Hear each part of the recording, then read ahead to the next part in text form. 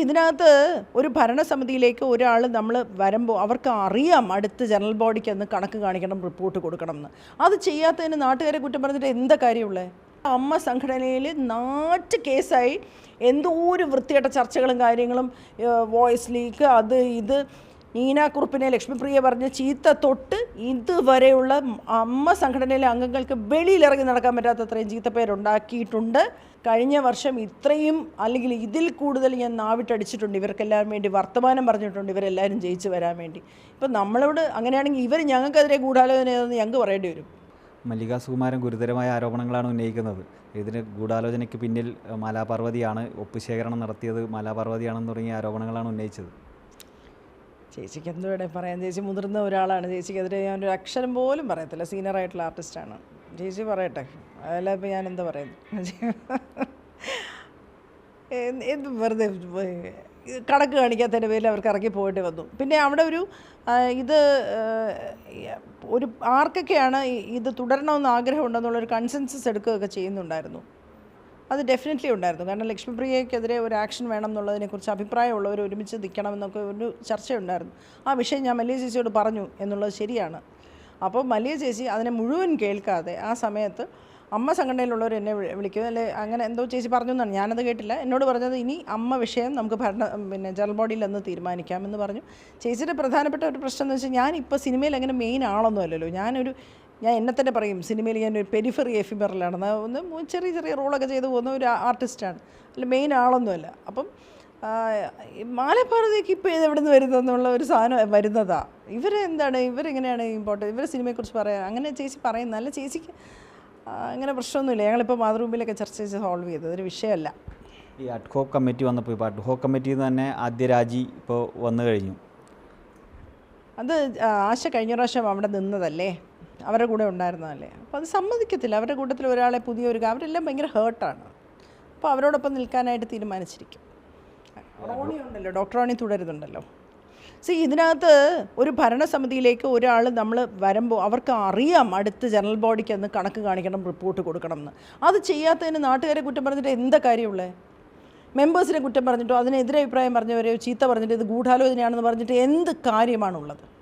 കണക്ക് കൃത്യമായി കാണിക്കണമായിരുന്നു.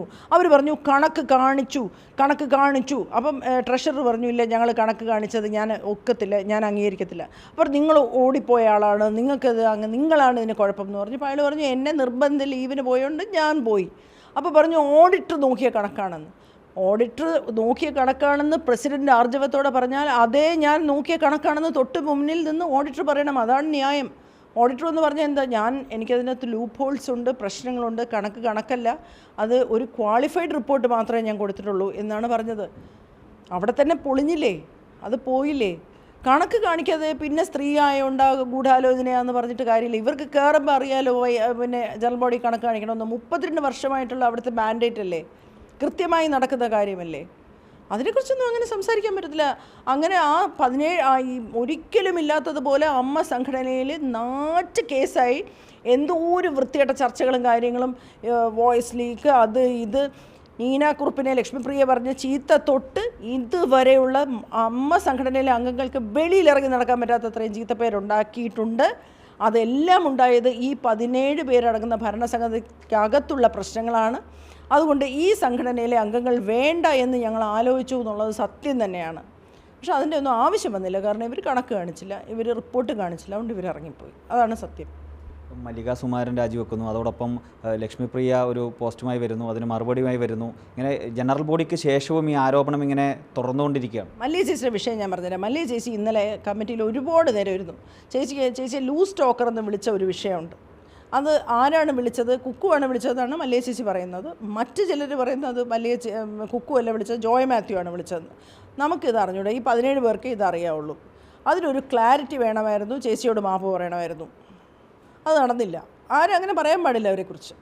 അപ്പോൾ അത് ചേച്ചിക്ക് ഹേർട്ടാണ് എന്ന് ഞങ്ങൾ സംസാരിച്ചു. ചേച്ചി പറഞ്ഞു ആരെങ്കിലും എണീറ്റത് ചോദിച്ചോ എനിക്ക് വേണ്ടിയെന്ന്.